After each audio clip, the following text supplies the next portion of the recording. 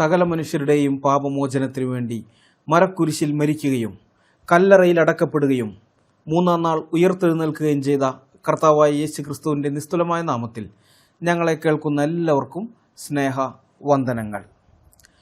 സംഘപരിവാർ സംഘടനകൾ കാലങ്ങളായി ക്രിസ്ത്യാനികൾക്കെതിരെ ഉന്നയിക്കുന്ന ഒരു പ്രധാന ആരോപണമാണ് ക്രിസ്ത്യൻ മിഷണറിമാർ ഇന്ത്യയുടെ മഹത്തായ പാരമ്പര്യത്തെയും സംസ്കാരത്തെയും തകർത്തവരാണ് എന്നുള്ളത്. ഉപരിപ്ലവമായി നോക്കിയാൽ ഇതവരുടെ പരാതിയായി തോന്നാം. എന്നാൽ ചരിത്രത്തിൻ്റെ ഉള്ളറകളിലേക്ക് ഇറങ്ങിച്ചെന്ന് നാം പരിശോധിച്ചാൽ ഈ ആരോപണം 100% സത്യമാണെന്ന് ബോധ്യപ്പെടും. 100% എന്ന് പറഞ്ഞാൽ അത് തെറ്റായി പോകും. 100ന് 101% സത്യമാണ് എന്ന് പറഞ്ഞാലേ ശരിയാവുകയുള്ളൂ. ഒരു ക്രിസ്ത്യാനി എന്ന നിലയിൽ അഭിമാനത്തോടെ തന്നെ പറയട്ടെ, ക്രിസ്ത്യൻ മിഷണറിമാരും ബ്രിട്ടീഷ് അധികാരികളും ആ പഴയ സംസ്കാരത്തെ തകർക്കുക തന്നെയാണ് ചെയ്തത്. ഒരു സംസ്കാരത്തെ നശിപ്പിച്ചു കളയുക എന്ന് പറഞ്ഞാൽ അത് മോശം പരിപാടിയല്ലേ? അതിൻ്റെ പേരിൽ അഭിമാനിക്കാൻ എന്തിരിക്കുന്നു എന്നൊരു പക്ഷേ നിങ്ങൾ എന്നോട് ചോദിച്ചേക്കാം. അതിന് മറുപടി പറയുന്നതിന് മുമ്പേ നിങ്ങൾ മറുപടി പറയേണ്ട ചില ചോദ്യങ്ങൾ എനിക്ക് അങ്ങോട്ടുണ്ട്. മിഷണറിമാരാൽ തകർക്കപ്പെട്ട ആർഷ സംസ്കാരം ഈ ഹിന്ദുത്വവാദികൾ പറയുന്നത് പോലെ മഹത്തായ സംസ്കാരമായിരുന്നുവോ? ആ സംസ്കാരത്തിന് ഭൂമിയിൽ നിലനിൽക്കാൻ യോഗ്യതയുണ്ടായിരുന്നോ? ആർഷ സംസ്കാരത്തെ തകർത്തതിലൂടെ ഇന്ത്യയിലെ ജനങ്ങൾ ആധുനികതയിലേക്കാണോ അതോ നൂറ്റാണ്ടുകൾ പുറകിലേക്കാണോ സഞ്ചരിച്ചത്? ആർഷ സംസ്കാരത്തെ മിഷണറിമാർ തകർത്തതിൻ്റെ അനന്തരഫലമായി ഇന്ത്യയിലെ ജനങ്ങളുടെ ജീവിതം പുരോഗതിയിലേക്കാണോ അധോഗതിയിലേക്കാണോ പോയത്? ഈ ചോദ്യങ്ങൾക്കുള്ള ഉത്തരങ്ങൾ തേടണമെങ്കിൽ എന്തായിരുന്നു ആർഷഭാരത സംസ്കാരമെന്നും ക്രിസ്ത്യൻ മിഷണറിമാർ അതിൽ ഏൽപ്പിച്ച ആഘാതം എന്തായിരുന്നുവെന്നും നാം വിശദമായി പരിശോധിക്കേണ്ടതുണ്ട്. അതിനു മുമ്പ് ഒരു കാര്യം പറയട്ടെ. ഞങ്ങൾ ഇന്ത്യയുടെയും കേരളത്തിൻ്റെയും നാണംകെട്ട ആ പഴയ കാലത്തെക്കുറിച്ച് പറയുമ്പോൾ ആർഷ സംസ്കാര ടീംസ് വന്ന് സ്ഥിരം പറയുന്ന ഒരു ഡയലോഗുണ്ട്. ഇതൊക്കെ ചരിത്രത്തിൽ പണ്ടെങ്ങോ നടന്ന കാര്യങ്ങളല്ലേ? ഹിന്ദുക്കൾ അവിടെ നിന്നും എത്രയോ മുന്നോട്ട് പോയിരിക്കുന്നു. ഈ വർത്തമാനകാലത്ത് നമ്മളെ ബാധിക്കുന്ന വിഷയങ്ങളെക്കുറിച്ചല്ലേ നമ്മൾ സംസാരിക്കേണ്ടത്? അത് ചെയ്യാതെ നിങ്ങൾ ഇപ്പോഴും ഈ പഴംപുരാണവും പറഞ്ഞ് ജാതിയെയും കെട്ടിപ്പിടിച്ച് ഇവിടെ ഇരിക്കുകയാണല്ലോ എന്ന്. ഇതാണ് അവരടിക്കാറുള്ള ഡയലോഗ്. ഇത് കേൾക്കുമ്പോൾ ശരിയാണല്ലോ എന്ന് ആർക്കും തോന്നിപ്പോകും. പക്ഷെ അതിനൊരു പ്രശ്നമുണ്ട്. ഞങ്ങളുടെ പഴയകാല ഞങ്ങളുടെ എന്ന് പറയുന്നത് ട്രൂത്ത് ഫൈറ്റേഴ്സിൻ്റെ ആയാലും സാക്ഷിയുടെ ആയാലും പഴയകാല വീഡിയോകളും സ്റ്റേജ് പ്രസംഗങ്ങളും ഒക്കെ നിങ്ങൾ കണ്ടു നോക്കിക്കോളൂ. ഈ വർത്തമാനകാലത്ത് നമ്മളെ ബാധിക്കുന്ന ഇസ്ലാമിക ഭീകരതയ്ക്കെതിരെയും പിന്നെ ഞങ്ങളുടെ വിശ്വാസത്തെയും കുറിച്ച്, ഞങ്ങളുടെ വിശ്വാസത്തിനെതിരെ നിരീശ്വരവാദികളും മറ്റുമൊക്കെ ഉയർത്തിയിരിക്കുന്ന, നിരീശ്വരവാദികളാകട്ടെ മുസ്ലിങ്ങളാകട്ടെ, അവരൊക്കെ ഉയർത്തിയിരിക്കുന്ന ചോദ്യങ്ങൾ, അതിനുള്ള ഉത്തരങ്ങൾ, എന്നുവെച്ചാൽ ഞങ്ങളുടെ വിശ്വാസ സംബന്ധമായിട്ടുള്ള ഡിഫൻസ്, ഇതൊക്കെയാണ് ഞങ്ങൾ അന്ന് സംസാരിച്ചിരുന്നത്. അത് നിങ്ങൾക്ക് കാണാൻ പറ്റും പഴയ വീഡിയോകളൊക്കെ നോക്കിക്കഴിഞ്ഞാൽ. അന്നേരമാണ് ഈ ഗോപുത്രന്മാർ വന്നിട്ട്, ഈ പശുവിനെ അമ്മയായിട്ട് കാണുന്ന ഈ മക്കൾ വന്നിട്ട് ഞങ്ങളോട് പറയാണ്, ഞങ്ങളുടെ ആർഷ സംസ്കാരം മഹത്തായ സംഗതിയായിരുന്നു, ക്രിസ്ത്യൻ മിഷണറിമാരും ബ്രിട്ടീഷുകാരും കൂടിയാണ് നശിപ്പിച്ചത്. ക്രിസ്ത്യാനികളായ ബ്രിട്ടീഷുകാരും ക്രിസ്ത്യൻ മിഷണറിമാരും ഇതൊക്കെ നശിപ്പിച്ചു. ആർഷ സംസ്കാരത്തിലെ ഇവിടെയുള്ള മനുഷ്യരെല്ലാം എത്ര സുഖസൗകര്യത്തോടെയാണ് ജീവിച്ചിരുന്നത് നിങ്ങൾക്കറിയാമോ? അതെല്ലാം നശിപ്പിച്ചത് ഈ ക്രിസ്ത്യാനികളാണ് എന്ന് ആവർത്തിച്ച് പറയാൻ തുടങ്ങിയത്. ഒരു വട്ടം, 2 വട്ടം, 3 വട്ടമൊന്നും അല്ല, ഇത് സ്ഥിരമായിട്ട് ഇത് തന്നെയാണ് പറഞ്ഞുകൊണ്ടിരിക്കുന്നത്. അപ്പോൾ ഈ ആരോപണം അവർ ക്രിസ്ത്യാനികൾക്കെതിരെ ഉന്നയിക്കുമ്പോൾ ആധുനിക ഇന്ത്യയെ പണിതുയർത്താൻ നേതൃത്വം നൽകിയത് ക്രിസ്ത്യൻ മിഷണറിമാരാണ് എന്ന സത്യം അവരൊരിക്കലും പുറത്തു പറയുകയില്ല, മിണ്ടുകയില്ല. മറിച്ച് പഴയ കാലത്തെക്കുറിച്ച് മാത്രമേ പറയൂ. അത് ഭയങ്കര സംഭവമായിരുന്നു, അതിനെ ക്രിസ്ത്യാനികൾ നശിപ്പിച്ചു എന്നൊക്കെ ഇവർ തള്ളിമറിക്കും. അങ്ങനെ വന്നപ്പോൾ ക്രിസ്ത്യൻ അപ്പോളജിസ്റ്റുകളായ ഞങ്ങൾക്ക് സ്വാഭാവികമായും അതിന് മറുപടി പറയേണ്ടി വന്നു. ആ മറുപടി ഞങ്ങളിൽ നിന്ന് വരാൻ തുടങ്ങിയപ്പോഴാണ് ഗോപുത്രന്മാർക്ക് മനസ്സിലായത് ശാഖയിൽ പഠിപ്പിച്ചതൊന്നുമല്ല സത്യം. സത്യം വേറെയാണ്, ചരിത്രം അത് വേറെ സംഭവമാണ്. പഴയകാലത്തെ കാര്യങ്ങളൊക്കെ വെളിയിൽ പറഞ്ഞാൽ തങ്ങൾ നാണം കെടും എന്നുള്ള കാര്യം അവർക്ക് അപ്പോഴാണ് മനസ്സിലായത്. അതിനെ പ്രതിരോധിക്കാൻ വേണ്ടി ഈ ഗോപുത്രന്മാർക്ക് ശാഖയിൽ നിന്ന് കിട്ടിയ ക്യാപ്സൂളാണ് ഇതൊക്കെ ചരിത്രത്തിൽ പണ്ടെങ്ങോ നടന്ന കാര്യങ്ങളല്ലേ, ഹിന്ദുക്കൾ അതൊക്കെ വിട്ടുകളഞ്ഞ് എത്രയോ മുന്നോട്ട് പോയി, നിങ്ങൾ ഇപ്പോഴും അതും പറഞ്ഞുകൊണ്ട് നടക്കുകയാണോ എന്ന് ചോദിച്ചാൽ മതി. അവിടെ പോയി ഇങ്ങനെ കമന്റ് ഇട്ടാൽ മതി എന്ന് ശാഖയിൽ നിന്ന് കിട്ടിയ ക്യാപ്സൂളാണ്. അതാണ് നമ്മുടെയൊക്കെ വീഡിയോയുടെ കീഴെ കൊണ്ടുവന്നവന്മാർ തട്ടുന്നത്. അതായത് ഇന്നാട്ടിലെ ക്രിസ്ത്യാനികളെ ആക്രമിക്കാൻ വേണ്ടി അവർ പഴയ കാലത്തിൻ്റെ മഹത്വം പറയും. പഴയ കാലം ഭയങ്കര സംഭവമായിരുന്നു എന്ന് പറയും. ക്രിസ്ത്യാനികളാണ് ആ മഹത്തായ ആ കാലഘട്ടത്തെ നശിപ്പിച്ചത്, ആ മഹത്തായ കാര്യങ്ങൾ അതൊക്കെ നശിപ്പിച്ചത് ക്രിസ്ത്യാനികളാണെന്ന് ആരോപിക്കുകയും ചെയ്യും. അപ്പോൾ ഞങ്ങളെപ്പോലുള്ളവർ വന്നിട്ട് പറയുകയാണ്, ഇല്ല, ആ ആരോപണം തെറ്റാണ്, പഴയ കാലം നിങ്ങൾ ആരോപിക്കുന്നത് പോലെ മഹത്തരമായിരുന്നില്ല എന്ന് ചരിത്രരേഖകൾ വെച്ചാണ്. വെറുതെ ഇവരെ പോലെ ഞങ്ങൾ ചുമ്മാ അങ്ങ് ഡയലോഗ് അടിക്കുകയല്ല, കൃത്യമായ ചരിത്ര തെളിവുകൾ വെച്ച് ഞങ്ങൾ മറുപടി പറയാൻ തുടങ്ങുമ്പോൾ ഇവർ വന്നിട്ട് പറയും, ഓ ഇതൊക്കെ പണ്ടത്തെ കാര്യങ്ങളല്ലേ, ഇതൊക്കെ ഈ 21-ാം നൂറ്റാണ്ടിൽ നിങ്ങൾ ഇതും പറഞ്ഞിരിക്കാതെ നിങ്ങൾക്ക് വേറെ പണിയൊന്നുമില്ലേ എന്നൊക്കെ ചോദിക്കും. അപ്പോൾ അത്തരം ഇരട്ടത്താപ്പുകൾ ഞങ്ങളുടെ നേരെ വേണ്ട, മനസ്സിലായ? ആ ഇരട്ടത്താപ്പൊക്കെ നിങ്ങൾ 8ആയി മടക്കി പോക്കറ്റിൽ വെച്ചാൽ മതി. ഭൂതകാലത്ത് ഞങ്ങൾക്ക് തെറ്റുകൾ പറ്റിയിട്ടുണ്ടെന്നും ക്രിസ്ത്യൻ മിഷണറിമാരും ചില ബ്രിട്ടീഷ് ഉദ്യോഗസ്ഥന്മാരുമായിരുന്നു ആ തെറ്റുകൾ തിരുത്താൻ ഞങ്ങളെ സഹായിച്ചത് എന്നും സത്യസന്ധമായി നിങ്ങൾ എന്നാണോ പറയുന്നത്, അന്ന് വരെ ഞങ്ങൾ ആർഷ സംസ്കാരത്തിൻ്റെ യഥാർത്ഥ മുഖം എന്തായിരുന്നെന്നും അത് ഈ നാടിനെയും നാട്ടിലുള്ളവരെയും എങ്ങനെയൊക്കെയാണ് നശിപ്പിച്ചതെന്നും ചരിത്രരേഖകൾ വെച്ച് തുറന്നു കാണിച്ചുകൊണ്ടേയിരിക്കും. നിങ്ങൾ എത്ര കരഞ്ഞിട്ടും കാര്യമില്ല, ഞങ്ങൾ അത് തന്നെ ചെയ്യും. നമുക്കിനി വിഷയത്തിലേക്ക് മടങ്ങി വരാം, അല്ലെങ്കിൽ വിഷയത്തിലേക്ക് പ്രവേശിക്കാം. എന്തായിരുന്നു ആ മഹത്തായ ആർഷഭാരത സംസ്കാരം? ഇന്ന് പലരും ഗൃഹാതുരത്വത്തോടെ വാഴ്ത്തുന്ന ആർഷഭാരത സംസ്കാരം അഥവാ സനാതനധർമ്മം എന്നത് യഥാർത്ഥത്തിൽ എന്തായിരുന്നു? വേദങ്ങളിലും ഉപനിഷത്തുക്കളിലും കാണുന്ന ദാർശനികമായ തത്വചിന്തകൾക്കപ്പുറം, അഥവാ അല്പം കൂടെ ലളിതമായ ഭാഷയിൽ പറഞ്ഞാൽ കേവലം വരട്ടു തത്വവാദങ്ങൾക്കപ്പുറം പ്രായോഗിക ജീവിതത്തിൽ അത് മനുസ്മൃതി അടക്കമുള്ള സ്മൃതി നിയമങ്ങളെ അടിസ്ഥാനപ്പെടുത്തിയ സാമൂഹിക ക്രമമായിരുന്നു. അതാണ് ഈ സനാതനധർമ്മം എന്നിവർ പറയുന്നത്. ആർഷ സംസ്കാരത്തിൻ്റെ അടിസ്ഥാനം അസമത്വമായിരുന്നു. സമത്വമല്ല, അസമത്വം അതായിരുന്നു. ചാതുർവർണ്ണ്യം എന്ന ജാതി വ്യവസ്ഥയിൽ അല്ലെങ്കിൽ വർണ്ണവ്യവസ്ഥയിൽ അധിഷ്ഠിതമായ ഈ സമൂഹത്തിൽ നീതി എന്ന് പറയുന്നത് ഉണ്ടായിരുന്നേ ഇല്ല, അല്ലെങ്കിൽ നീതി എല്ലാവർക്കും തുല്യമായിരുന്നില്ല. ബ്രാഹ്മണന് ഒരു നീതിയും ശൂദ്രന് വേറെ നീതിയും, അവർണന് നീതി നിഷേധവും. ഇതായിരുന്നു ആർഷ സംസ്കാരത്തിലെ നീതിന്യായ വ്യവസ്ഥ എന്ന് പറയുന്നത്. ഈ ആർഷ സംസ്കാരത്തിലെ സാമൂഹിക ജീവിതം പോലെ ഇത്രമാത്രം വൃത്തികെട്ട ഒരു സാമൂഹിക ജീവിതക്രമം ലോകത്ത് എവിടെയെങ്കിലും നിലനിന്നിരുന്നോ എന്ന് ചോദിച്ചാൽ ഇല്ല എന്നാണ് ഉത്തരം. ഒരിടത്ത് നിങ്ങൾക്ക് അങ്ങനെയുള്ള വൃത്തികെട്ട ഒരു സാമൂഹിക ജീവിതം കാണാൻ സാധിക്കുകയില്ല. ഒരു മനുഷ്യൻ മറ്റൊരു മനുഷ്യൻ്റെ അടുക്കൽ വന്നാൽ അശുദ്ധമാകുന്ന, ഒരു മനുഷ്യൻ മറ്റൊരു മനുഷ്യനെ തൊട്ടാൽ മലിനമാകുന്ന, ചില മനുഷ്യരുടെ ദൃഷ്ടിയിൽപ്പെടാൻ പോലും അനുവാദമില്ലാത്ത വേറെ കുറേ മനുഷ്യരെയൊക്കെ സൃഷ്ടിച്ച ഒരു വൃത്തികെട്ട, ജുഗുപ്സാവഹമായ, മ്ലേച്ഛമായ, നീചമായ ഒരു സംസ്കാരമായിരുന്നു ഈ ആർഷഭാരത സംസ്കാരം എന്ന് പറയുന്നത്. ഇനി സ്ത്രീവിരുദ്ധതയുടെ കാര്യം നോക്കിയാൽ, ഭർത്താവ് മരിച്ചാൽ ജീവനോടെ ചിതയിൽ ചാടേണ്ടി വരുന്ന സതി എന്ന് പറയുന്ന ഒരു പരിപാടി ഇവിടെ ഉണ്ടായിരുന്നു. ഭർത്താവ് മരിച്ചു കഴിഞ്ഞാൽ ഭാര്യയ്ക്ക് ജീവനോടെ ഇരിക്കാൻ അർഹതയില്ല, ഭാര്യ ചിതയിൽ ചാടി മരിച്ചോളണം. ഈ ഭാര്യ എന്ന് പറയുമ്പോൾ നമ്മൾ ഇന്നത്തെ കാലത്ത് ചിന്തിക്കരുത്, അന്ന് 80ഉം 90ഉം വയസ്സായവനൊക്കെ പോയി കെട്ടുന്നത് 8, 9, 10 വയസ്സുള്ള കുട്ടികളെയാണ്. അതുകൊണ്ട് തന്നെ അവൻ തട്ടിപ്പോയി കഴിഞ്ഞാൽ ഈ സതി അനുഷ്ഠിക്കേണ്ടി വരുന്നത് 12 വയസ്സോ 10 വയസ്സോ ഒക്കെയുള്ള പിള്ളേരാണ്. മനസ്സിലാക്കണം നിങ്ങൾ. ജീവിച്ചു തുടങ്ങിയിട്ടില്ലാത്ത കുഞ്ഞുങ്ങൾ തീയിൽ കത്തി അമരുകയായിരുന്നു. പിന്നെ ഞാൻ പറഞ്ഞല്ലോ, ഈ ബാല്യത്തിൽ തന്നെ വിവാഹം കഴിച്ചയക്കുന്ന ശൈശവ വിവാഹം, പിന്നെ വിധവാ വിവാഹ നിരോധനം, അങ്ങനത്തെ ഒരു ആ വിധവാ വിവാഹം എന്ന് പറയുന്ന സംഭവമില്ല, അതിനെ നിരോധിച്ചിരിക്കുകയായിരുന്നു.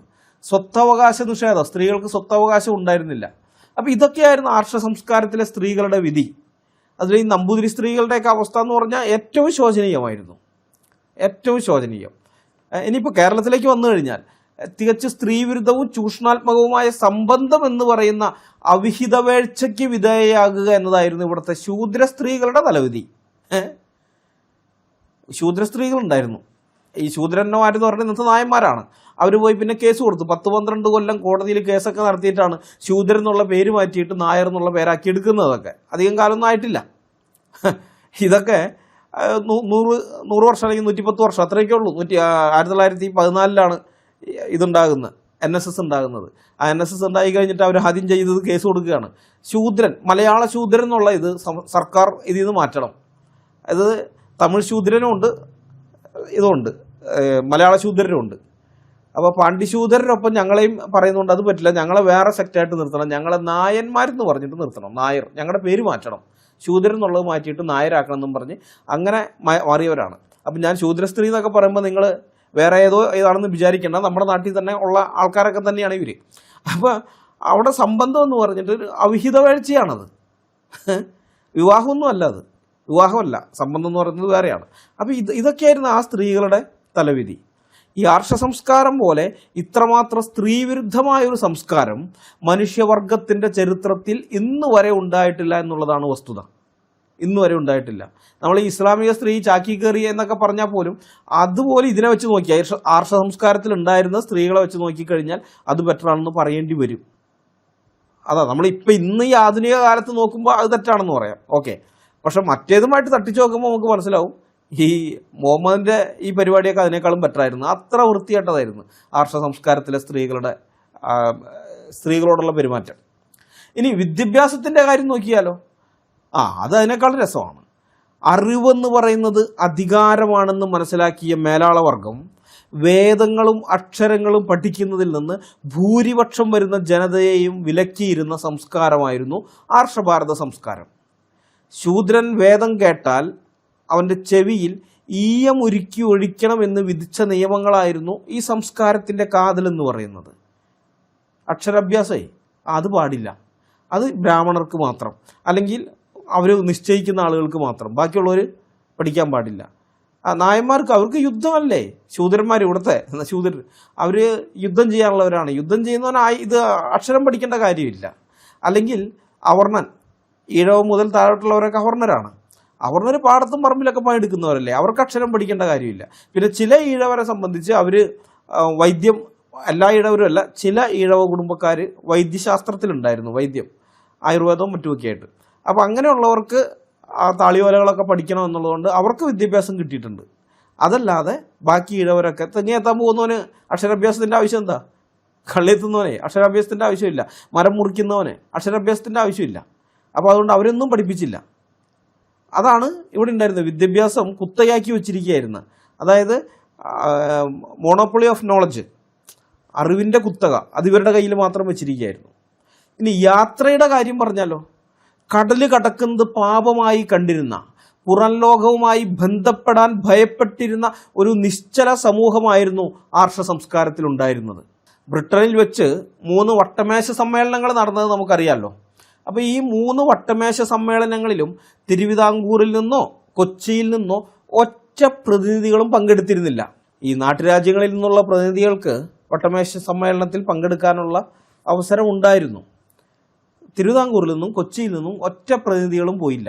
ഈ തിരുവിതാംകൂറിൻ്റെ പ്രതിനിധിയെ ബ്രിട്ടീഷുകാർ ക്ഷണിക്കാഞ്ഞിട്ടല്ല, ക്ഷണിച്ചിട്ടും പോകാതിരുന്നതാണ്. ക്ഷണിച്ചു, പോയില്ല. പി ഭാസ്കരനുണ്ണി എഴുതിയിരിക്കുന്നത് ഞാനൊന്ന് വായിക്കാം. 1931 ലണ്ടനിൽ വെച്ച് നടന്ന വട്ടമേശ സമ്മേളനത്തിൽ പങ്കുകൊള്ളാൻ തിരുവിതാംകൂർ സംസ്ഥാനത്തിൻ്റെ പ്രതിനിധി എന്ന നിലയിൽ അന്നത്തെ ദിവാനായിരുന്ന ശ്രീ VS സുബ്രഹ്മണ്യ അയ്യരെ വൈസ്രോയി ക്ഷണിക്കുകയുണ്ടായി. കടൽ കടന്നാൽ അശുദ്ധിയായല്ലോ എന്ന് കരുതി അദ്ദേഹം അക്ഷണം വിനയപുരസരം നിരസിക്കുകയുണ്ടായി. പത്മനാഭസ്വാമി ക്ഷേത്ര ദർശനത്തിനെത്തിയ ജവഹർലാൽ നെഹ്റുവിനെ ക്ഷേത്രഗോപുരത്തിന് മുമ്പാകെ പട്ടാളത്തെ നിർത്തി തടഞ്ഞതിന് കാരണം നെഹ്റു കടൽ യാത്ര ചെയ്തതായിരുന്നു. പി ഭാസ്കരനുണ്ണി 19-ാം നൂറ്റാണ്ടിലെ കേരളം, പേജ് 640. ഈ കടൽ കടക്കാൻ പാടില്ല എന്നുള്ള നിരോധനം ഇവിടുത്തെ ജനങ്ങളോട്, ഈ നാട്ടിലെ ജനങ്ങളോട് ചെയ്ത ദ്രോഹം നാം ചിന്തിക്കുന്നതിനും അപ്പുറത്താണ്. ആ ഒരു ആർഷ സംസ്കാര നിയമം ഉണ്ടാക്കിയ നഷ്ടങ്ങളെപ്പറ്റി അധികമാരും സംസാരിച്ച് കാണാറില്ല. ബാക്കി കാര്യങ്ങളൊക്കെ പറ്റി പറയും. സ്ത്രീ വിരുദ്ധതകളെ കുറിച്ച് ഇഷ്ടംപോലെ പറയാറുണ്ട്, വിദ്യാഭ്യാസത്തെ കുത്തയാക്കി വെച്ചതിനെ പറ്റി പറയാറുണ്ട്, മറ്റു പല കാര്യങ്ങളെ പറ്റിയും പറയാറുണ്ട്. പക്ഷേ ഈ കടൽ യാത്ര ചെയ്യരുത്, സമുദ്രം കടക്കരുത്, അല്ലെങ്കിൽ കടൽ കടക്കരുത് എന്ന് പറയുന്ന ആ നിയമം അത് ഈ നാട്ടിലെ ജനങ്ങൾക്ക് ഉണ്ടാക്കി വെച്ച കഷ്ടതകളും ബുദ്ധിമുട്ടുകളും ദുരിതങ്ങളും ചിന്തിക്കുന്നതിൻ്റെ അപ്പുറത്താണ്. അപ്പോൾ അതുകൊണ്ട് അതിനെക്കുറിച്ച് അധികം ആളുകൾ ഇതുവരെ സംസാരിക്കുന്നത് ഞാൻ കേട്ടിട്ടില്ലാത്തത് കൊണ്ട് ഞാനതൊന്ന് വിശദീകരിക്കാം. കാരണം അതൊരു ദോഷമുള്ള നിയമമൊന്നല്ലല്ലോ എന്നാരെങ്കിലും ചിന്തിക്കുന്നുണ്ടെങ്കിൽ സത്യാവസ്ഥ മനസ്സിലാക്കാൻ വേണ്ടിയിട്ടാണ്. കടൽ യാത്ര അഥവാ സമുദ്രലംഘനം നിരോധിച്ചുകൊണ്ട് ഒന്നിലധികം ആർഷ സംസ്കാര ഗ്രന്ഥങ്ങളിൽ വ്യക്തമായ പരാമർശങ്ങളുണ്ട്. ഇതിൽ പ്രധാനം ധർമ്മസൂത്രങ്ങളും സ്മൃതികളുമാണ്. വിസ്തരഭയം കൊണ്ട് ഞാൻ 2 റെഫറൻസ് മാത്രം നൽകാം, കുറേ ഉണ്ട്, 2 തരുന്നുള്ളൂ. ബൗദ്ധായന ധർമ്മസൂത്രം അധ്യായം 2 പ്രശ്നം 1 കാണ്ഡം 2 സൂത്രങ്ങൾ 1 മുതൽ 8 വരെ. അവിടെ ജാതിഭ്രഷ്ടുണ്ടാക്കുന്ന വലിയ പാപങ്ങളുടെ ലിസ്റ്റാണ് ബൗദ്ധായനൻ പറയുന്നത്. ആ ലിസ്റ്റിൽ 1ാമത് പറയുന്ന പാപം കടൽ യാത്രയാണ്. കടൽ യാത്രയാണ് 1ാമത് പറയുന്നത്. അണ്ടർടേക്കിംഗ് എ സീ വോയേജ്, അങ്ങനെയാ പറഞ്ഞിരിക്കുന്നത്. അത് പാടില്ല. ഞാൻ അതിൻ്റെ മലയാളം ഞാൻ വായിക്കാം. ജാതിഭ്രഷ്ടിന് കാരണമാകുന്ന പാപങ്ങൾ. ഇനി ജാതിഭ്രഷ്ടിന് അഥവാ ജാതിയിൽ നിന്നും പുറത്താക്കപ്പെടുന്നതിന് കാരണമാകുന്ന പാപങ്ങളെക്കുറിച്ച് പറയാം. സമുദ്രയാത്ര നടത്തുക, ബ്രാഹ്മണന്റെ സ്വത്തോ നിക്ഷേപമോ മോഷ്ടിക്കുക, ഭൂമിയുമായി ബന്ധപ്പെട്ട കാര്യങ്ങളിൽ കള്ളസാക്ഷി പറയുക, എല്ലാത്തരം കച്ചവടങ്ങളിലും ഏർപ്പെടുക, ശൂദ്രരെ സേവിക്കുക, ശൂദ്ര സ്ത്രീയിൽ കുട്ടികളുണ്ടാകുക, ശൂദ്രന്റെ മകനായി ജനിക്കുക എന്നിവയാണവ. ബൗദ്ധായന ധർമ്മസൂത്രം അധ്യായം 2 പ്രശ്നം 1 കാണ്ഡം 2 സൂത്രം 1 മുതൽ 8 വരെയുള്ളത്.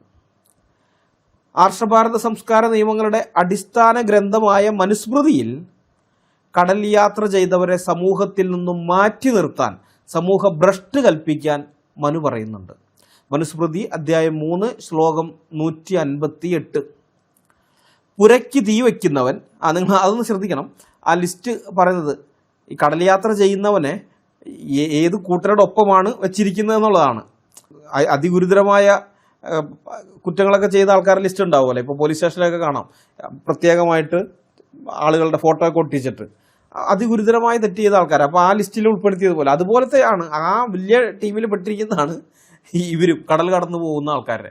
പുരയ്ക്ക് തീ വയ്ക്കുന്നവൻ, വിഷം കൊടുക്കുന്നവൻ, കുണ്ടൻ്റെ അന്നം അശിക്കുന്നവൻ, സോമലത വിൽക്കുന്നവൻ, കടൽ കടന്ന് പരദേശം പോയി വന്നവൻ, സ്തുതി പാഠകൻ, എള്ള് മുതലായവ ആട്ടി എണ്ണയുണ്ടാക്കുന്നവൻ, കപടസാക്ഷി പറയുന്നവൻ, ഇവർ ദേവപിതൃകാര്യങ്ങളിൽ വർജനീയരാകുന്നു. മനുസ്മൃതി 3:158. ദേവപിതൃകാര്യങ്ങൾ എന്ന് പറഞ്ഞാൽ മനസ്സിലായോ? അതായത് ദേവന്മാർക്കുള്ള കാര്യങ്ങളും പിതാക്കന്മാർക്കുള്ള കാര്യങ്ങൾ. അതായത് ദേവന്മാർക്ക് എന്ന് പറയുമ്പോൾ യാഗം മറ്റു കാര്യങ്ങളൊക്കെയാണ്. യാഗങ്ങൾ അർപ്പിക്കാൻ അവർക്ക് പറ്റില്ല, അത് അവരെ ക്ഷണിക്കാൻ പാടില്ല, അവരെ വർജിക്കണം. അതുപോലെ ശ്രാദ്ധം അല്ലെങ്കിൽ പിതൃബലി, അതാണ് ഈ ദേവപിതൃ കാര്യങ്ങൾ എന്ന് പറഞ്ഞത്. ഇത് രണ്ടുമാണ്. ദേവന്മാർക്കുള്ള യാഗമായാലും ശരി, പിതൃക്കൾക്കുള്ള ബലി ആയാലും ശരി, അതുപോലെയുള്ള ചടങ്ങുകളിൽ ക്ഷണിക്കാൻ പാടില്ലാത്ത വ്യക്തികളുടെ കൂട്ടത്തിലാണ് പുരയ്ക്ക് തീ വയ്ക്കുന്നവനും വിഷം കൊടുക്കുന്നവനും ഒക്കെ ആയിട്ടുള്ള അങ്ങനെയുള്ള ആൾക്കാരുടെ കൂട്ടത്തിലാണ് കടൽ യാത്ര ചെയ്തവനെ മനു ഉൾപ്പെടുത്തിയിരിക്കുന്നത്. അങ്ങനെയുള്ള ആൾക്കാർ വേദം പഠിപ്പിക്കാനോ യാഗങ്ങൾ നടത്താനോ യോഗ്യനല്ല എന്ന് മനുസ്മൃതി വ്യക്തമാക്കുന്നു. എന്തുകൊണ്ടായിരുന്നു ഈ കടൽ യാത്ര നിരോധന നിയമം ആർഷ സംസ്കാരത്തിൽ ഉണ്ടായിരുന്നതെന്നറിയാമോ? ഈ ആർഷഗ്രന്ഥങ്ങൾ നൽകുന്ന പ്രധാന ന്യായീകരണം 3 അതായത് ഒന്ന്, ഈ കപ്പലിലെ യാത്ര ദിവസങ്ങളോളം നീളുന്നതിനാൽ ദിവസേന ചെയ്യേണ്ട സന്ധ്യാവന്ദനം, അഗ്നിഹോത്രം ഇതൊക്കെ മുടങ്ങും, അത് ചെയ്യാൻ പറ്റില്ല കപ്പലിൽ വെച്ചിട്ട്. പിന്നെ ഈ അന്യദേശങ്ങളിൽ വെച്ച് മ്ലേച്ഛന്മാരുമായി, മ്ലേച്ഛൻ എന്ന് പറഞ്ഞാൽ ആര്യാവർത്തത്തിന് പുറത്തുള്ള എല്ലാവരും മ്ലേച്ഛന്മാരാണ് അവർക്ക്. അപ്പോൾ വിദേശികളായ ആൾക്കാർ അവരുമായിട്ട് ഇടപഴകേണ്ടി വരും, അത് ഇവരെ അശുദ്ധമാക്കി കളയും. പിന്നെ കപ്പലിലല്ലേ വെജിറ്റേറിയൻ ഫുഡ് മാത്രം കിട്ടില്ലല്ലോ, കപ്പലിൽ വെച്ച് ശുദ്ധമായ ഭക്ഷണം കിട്ടില്ല, കടലിൽ നിന്നുള്ള മീനൊക്കെ പിടിച്ച് തിന്നേണ്ടി വരുമല്ലോ. അപ്പം ഇതൊക്കെയാണ് കാരണം. ഈ കാരണങ്ങൾ കൊണ്ടാണ് 19-ാം നൂറ്റാണ്ട് വരെ ഇന്ത്യയിലെ ഉന്നതകുലജാതരായ ആളുകൾ കടൽ യാത്രയെ ഭയപ്പെട്ടിരുന്നത്. സ്വാമി വിവേകാനന്ദൻ അമേരിക്കയിലേക്ക് പോയപ്പോൾ, ചിക്കാഗോ പ്രസംഗം നമുക്കറിയാലോ, സർവ്വമത സമ്മേളനത്തിൽ പങ്കെടുക്കാനായിട്ട് പോയത്. അപ്പോൾ അതിനുവേണ്ടി അദ്ദേഹം അമേരിക്കയിലേക്ക് പോയപ്പോൾ യാഥാസ്ഥിതികരായ ഹിന്ദുക്കൾ അദ്ദേഹത്തെ കഠിനമായി വിമർശിച്ചിരുന്നു, അതികഠിനമായിട്ട്. ഇദ്ദേഹം ഇനി ഹിന്ദു അല്ല, പുറത്തായി, ജാതിഭ്രഷ്ടായി എന്നൊക്കെ പറഞ്ഞുകൊണ്ട് കഠിനമായ അദ്ദേഹത്തിനെതിരെ അവർ വന്നിരുന്നു. വാസ്തവത്തിൽ ഈ കടൽ കടക്കാൻ പാടില്ല എന്ന ആർഷ സംസ്കാര കാടൻ നിയമം ഇന്ത്യയിലെ ജനങ്ങൾക്കുണ്ടാക്കിയ ദ്രോഹമുണ്ടല്ലോ, അതിനെക്കുറിച്ചാണ് ഇനി ഞാൻ പറയാൻ പോകുന്നത്. നൂറ്റാണ്ടുകൾക്ക് മുൻപ് യാത്രകളെന്ന് പറയുന്നത് ഇന്നത്തെ പോലെ കേവലം വിനോദസഞ്ചാരമായിരുന്നില്ല. ഇന്ന് നമ്മൾ ഓരോ സ്ഥലങ്ങളിലേക്ക് ജോലിക്ക് പോകുന്നവരുണ്ട്, അതല്ലാതെ യാത്ര എന്ന് പറയുന്നത് വിനോദസഞ്ചാരമായിട്ടാണല്ലോ, സ്ഥലങ്ങൾ കാണാനും മറ്റുമൊക്കെ ആയിട്ട്. പക്ഷെ അന്ന് അതങ്ങനെ ആയിരുന്നില്ല. അത് അറിവിൻ്റെയും സംസ്കാരത്തിൻ്റെയും സാങ്കേതിക വിദ്യയുടെയും കൈമാറ്റമായിരുന്നു. മനസ്സിലായോ? ഇവരോടുള്ള അറിവ് അവിടേക്കും കൈമാറുന്നു. അതുപോലെ അവിടെ ഉള്ളവരിൽ നിന്നുള്ള അറിവ് അവിടെ നിന്ന് ഉള്ളത് നമ്മൾ ശേഖരിച്ച് കൊണ്ടുവന്ന് നാട്ടിലേക്ക് കൊണ്ടുവരുന്നു. നാട്ടിലുള്ളവരെ പഠിപ്പിക്കുന്നു. അതുപോലെ സാങ്കേതിക വിദ്യയുടെ കാര്യമായാലും അങ്ങനെയുള്ള എല്ലാനും അതിൻ്റെയൊക്കെ ഒരു കൈമാറ്റമായിരുന്നു. ലോകചരിത്രത്തിലെ എല്ലാ വലിയ മാറ്റങ്ങളും സംഭവിച്ചത് സഞ്ചാരികളിലൂടെയായിരുന്നു, അല്ലെങ്കിൽ സഞ്ചാരങ്ങളിലൂടെയായിരുന്നു. നമുക്കറിയാം, ഇപ്പോൾ ഇന്ത്യയിലേക്ക് ഫാഹിയാൻ, ഹുയാൻസാങ് പോലെയൊക്കെയുള്ള ആളുകൾ ചൈനയിൽ നിന്ന് വന്നിട്ടുണ്ട്. അതുപോലെ അറേബ്യയിൽ നിന്ന് വന്നിട്ടുണ്ട്. ഇബ്നു ബത്തൂത്തയെ പോലെയുള്ളവർ, അങ്ങനെയുള്ള അൽബിറൂനിയെ പോലെയുള്ളവർ അഫ്ഗാനിസ്ഥാൻ അല്ലെങ്കിൽ പേർഷ്യ ഭാഗത്തു നിന്ന് വന്നിട്ടുണ്ട്. അങ്ങനെ പലയിടങ്ങളിൽ നിന്ന് മാർക്കോ പോളോ അങ്ങനെയുള്ളവർ യൂറോപ്പിൽ നിന്ന് വന്നിട്ടുണ്ട്. അപ്പോൾ ഇങ്ങനെ പല ആളുകൾ ഇവിടേക്ക് വന്നിട്ടുണ്ട്. ഇവിടെ നിന്ന് അവർ കണ്ടതും മനസ്സിലാക്കിയതും അവർക്ക് പ്രയോജനമെന്ന് തോന്നുന്നതുമായ അറിവുകൾ ഇവിടെ നിന്ന് ശേഖരിച്ചു കൊണ്ടുപോയിട്ടുണ്ട്. അതുപോലെ ചൈനയിൽ ചെന്നിട്ടുണ്ട്. ചൈനയിൽ നിന്നും അറിവുകൾ അവർ ശേഖരിച്ചിട്ടുണ്ട്. ഇത് എല്ലായിടത്തും, ഇത് ഇന്ത്യ ഒഴികെ ബാക്കിയുള്ള എല്ലായിടത്തും, അല്ലെങ്കിൽ ആർഷ സംസ്കാരം എന്ന് പറയുന്ന പ്രദേശമുണ്ടല്ലോ, ആ പ്രദേശം ഒഴികെ ബാക്കിയുള്ള എല്ലായിടത്തും ജനങ്ങൾ ഇതായിരുന്നത്. യാത്ര ചെയ്യുകയോ അവിടെ നിന്നുള്ള അറിവുകൾ ശേഖരിച്ചു കൊണ്ടുവരും. തങ്ങളുടെ അറിവുകൾ അവിടെ പകരുകയും ചെയ്യും. അപ്പോൾ യാത്രകൾ കൊണ്ട് മനുഷ്യരാശിക്ക് ലഭിച്ച ഗുണങ്ങളെക്കുറിച്ചും കടൽ കടക്കരുതെന്ന ആർഷഭാരത നിയമം മൂലം ഇന്ത്യക്കാർക്ക് നഷ്ടമായ അത്തരം അമൂല്യമായ അവസരങ്ങളെക്കുറിച്ചും ഞാൻ ചെറുതായിട്ടൊന്ന് വിവരിക്കാം. നിങ്ങളിത് ഗൂഗിളിലൊക്കെ സെർച്ച് ചെയ്യുകയാണെങ്കിൽ കുറേ കാര്യങ്ങൾ കിട്ടും ഞാനിപ്പോൾ ഈ പറയുന്ന കാര്യത്തെക്കുറിച്ച്. പക്ഷേ വീഡിയോയ്ക്ക് വേണ്ടി ഞാനത് ചുരുക്കിയിട്ടാണ് പറയുന്നത്. യൂറോപ്പ്, ചൈന, അറേബ്യ തുടങ്ങിയ ലോകത്തിൻ്റെ മറ്റ് ഭാഗങ്ങളിൽ കടൽ യാത്രകൾ പ്രോത്സാഹിപ്പിക്കപ്പെട്ടപ്പോൾ ആ രാജ്യങ്ങളിലുണ്ടായ നേട്ടങ്ങൾ വളരെ വലുതാണ്. ഞാൻ നേട്ടങ്ങളെക്കുറിച്ചൊന്ന് പറയാം. ഒന്ന്, അറിവിൻ്റെ വിതരണം. അതായത് ഗണിതം, വാനശാസ്ത്രം, വൈദ്യശാസ്ത്രം ഇങ്ങനെയൊക്കെയുള്ള ഒരുമാതിരി പഴയ കാലത്തെ അറിവുകളും ഒരു സ്ഥലത്ത് നിന്ന് മറ്റൊരു സ്ഥലത്തേക്ക് എത്തിയത് സഞ്ചാരികളിലൂടെയാണ്. ഇപ്പോൾ ഇന്ത്യയിലാണ് അക്കങ്ങൾ കണ്ടുപിടിക്കുന്നത്. അക്കങ്ങൾ, അത് നമ്മൾ ഇന്ന് ഉപയോഗിക്കുന്ന അക്കങ്ങളുണ്ടല്ലോ, അത് ഇന്ത്യയിലാണ് കണ്ടുപിടിക്കുന്നത്. അറബികൾ ഇവിടെ വന്ന് കച്ചവടം ചെയ്ത് അവർക്കത് കിട്ടി. അവരത് കൊണ്ടുപോയിട്ട് അവരുടെ നാട്ടിൽ ഇത് പ്രചരിപ്പിച്ചു. അത് കഴിഞ്ഞ് പിന്നീട് അത് യൂറോപ്പിലും എത്തി. പക്ഷേ യൂറോപ്പിൽ അത് അറബികൾ എത്തിച്ചപ്പോൾ അവരുടെ കണ്ടുപിടുത്തം എന്ന നിലയ്ക്കാണ് അവരത് അവിടെ എത്തിക്കുന്നത്. അതുകൊണ്ടാണ് അവയെ ഈ അറബിക് ന്യൂമറിക് എന്ന് വിളിക്കുന്നത്, അറബിക് സംഖ്യ എന്ന് വിളിക്കുന്നത്. യഥാർത്ഥത്തിൽ അത് ഇന്ത്യയിൽ നിന്ന് കൊണ്ടുപോയതാണ്. അതുപോലെ സാങ്കേതിക വിദ്യയുടെ കൈമാറ്റം, വെടിമരുന്ന്, പേപ്പർ, അച്ചടി വിദ്യ, വടക്ക് നോക്കിയ യന്ത്രം, ഇങ്ങനെയൊക്കെയുള്ള കുറേ സാധനങ്ങൾ ചൈനയിലാണ് ആദ്യം വരുന്നത്. നമ്മൾ അച്ചടി വിദ്യയുടെ കാര്യം പറയുമ്പോൾ ജോഹന്നാസ് ഗുട്ടൻബർഗ് അച്ചടി യന്ത്രം കണ്ടുപിടിച്ചത് നമ്മൾ ചിന്തിക്കും. അത് കൂടുതൽ പേപ്പർ ഒറ്റയടിക്ക് അച്ചടിക്കാൻ പറ്റുന്ന 3000-ഓളം പേപ്പർ ഒറ്റ ദിവസം കൊണ്ട് അച്ചടിക്കാൻ പറ്റുന്ന തരത്തിലുള്ള മൂവബിൾ ആയിട്ടുള്ള അച്ച്, അങ്ങനെയുള്ളതാണത് അദ്ദേഹം കണ്ടുപിടിക്കുന്നത്. പക്ഷേ അച്ച് എന്ന് പറയുന്നത് ശരിക്കും ചൈനയിലാണ് ആദ്യമായിട്ട് അവർ കണ്ടുപിടിക്കുന്നത്. അതുപോലെ പേപ്പർ അങ്ങനെ തന്നെ. വെടിമരുന്ന്, അതൊരു പ്രധാന സംഗതിയാണ്. വെടിമരുന്ന് അത് ചൈനയിൽ കണ്ടുപിടിക്കുന്നു. വടക്ക് നോക്കിയ യന്ത്രം അത് കടൽ യാത്രയ്ക്ക് വളരെ പ്രയോജനകരമായിരുന്നു. അപ്പോൾ ഇതൊക്കെ ചൈനയിലാണ് കണ്ടുപിടിക്കുന്നത്. അപ്പോൾ ഈ ചൈനയിലേക്ക് സഞ്ചാരം നടത്തിയെത്തിയ പുറമേ നിന്നുള്ള ആളുകളുണ്ടല്ലോ, യൂറോപ്പിൽ നിന്നും അതുപോലെ അറേബ്യയിൽ നിന്നും അങ്ങനെ പലയിടങ്ങളിൽ നിന്നും ചൈനയിലേക്ക് സഞ്ചാരം നടത്തി വന്ന ആളുകൾ, അവർ കച്ചവടത്തിനോ മറ്റുമൊക്കെ ആയിരിക്കാം.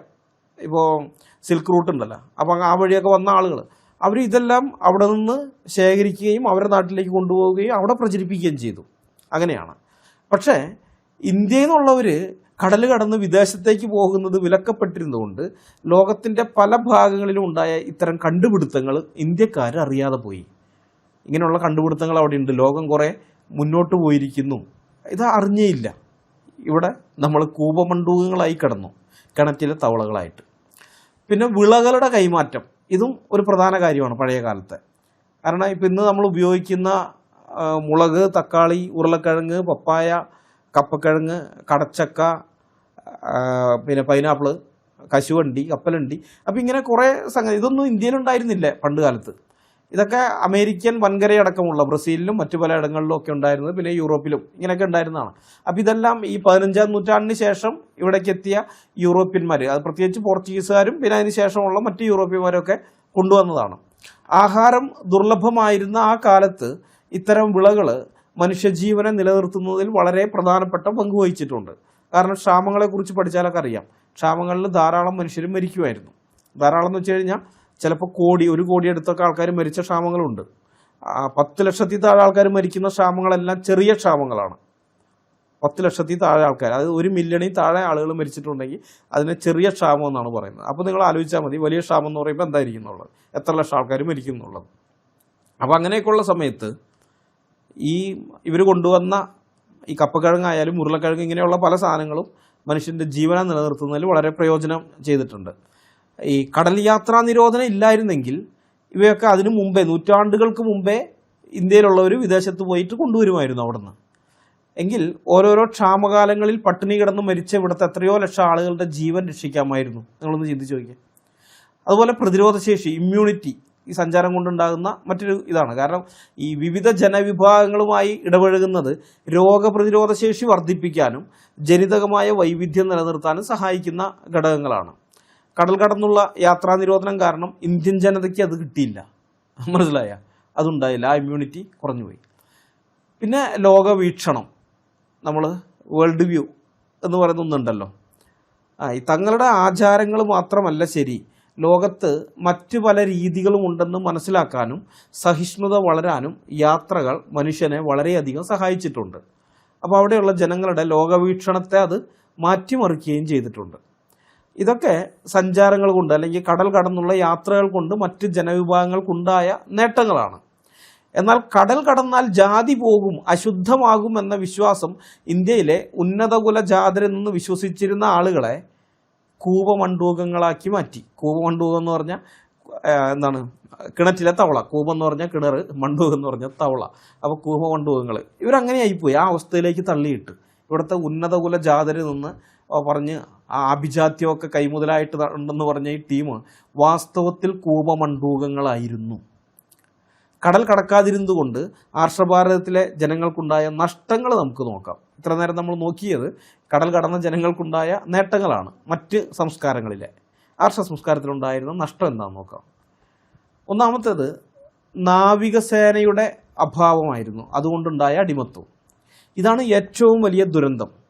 യൂറോപ്യന്മാർ കടൽ യാത്രകൾ നടത്തി ലോകം വെട്ടിപ്പിടിക്കാൻ കപ്പലുകൾ നിർമ്മിക്കുകയും നാവികപ്പടയെ ശക്തിപ്പെടുത്തുകയും ചെയ്തപ്പോൾ ഈ ആർഷ സംസ്കാരത്തിലെ ചക്രവർത്തിമാരും രാജാക്കന്മാരും നാടുവാഴികളും ജന്മികളുമൊക്കെ കടൽ യാത്ര പാപമായി കരുതി കരയിൽ തന്നെ ഇരുന്നു. വ്യത്യാസം ഉണ്ടായിരുന്നത് ദ്രാവിഡർ മാത്രമാണ്, തമിഴ്നാട്ടിലുള്ളവർ. ദ്രാവിഡർ പക്ഷെ അങ്ങനെയായിരുന്നില്ല, അവർ കടൽ കടന്നൊക്കെ പോയിട്ടുണ്ട്. എന്നാൽ ദ്രാവിഡരല്ലാത്ത ആർഷ സംസ്കാരത്തിലേക്ക് നമ്മൾ പോയി കഴിഞ്ഞാൽ കാണുന്നത് അവരെല്ലാവരും അവിടെ തന്നെ ഇരുന്നു. പിന്നീട് അത് കഴിഞ്ഞ് ഈ ദ്രാവിഡരുടെ പ്രദേശത്തേക്കൊക്കെ ആര്യന്മാരുടെ അധിനിവേശമൊക്കെ ഉണ്ടാവുകയും ഇതൊക്കെ ആര്യന്മാരുടെ കയ്യിൽ വരികയും ചെയ്തതോടുകൂടി ഇവിടെ ഉള്ളവരും കടൽ കടക്കാൻ പറ്റാത്ത സ്ഥിതിയിലായി.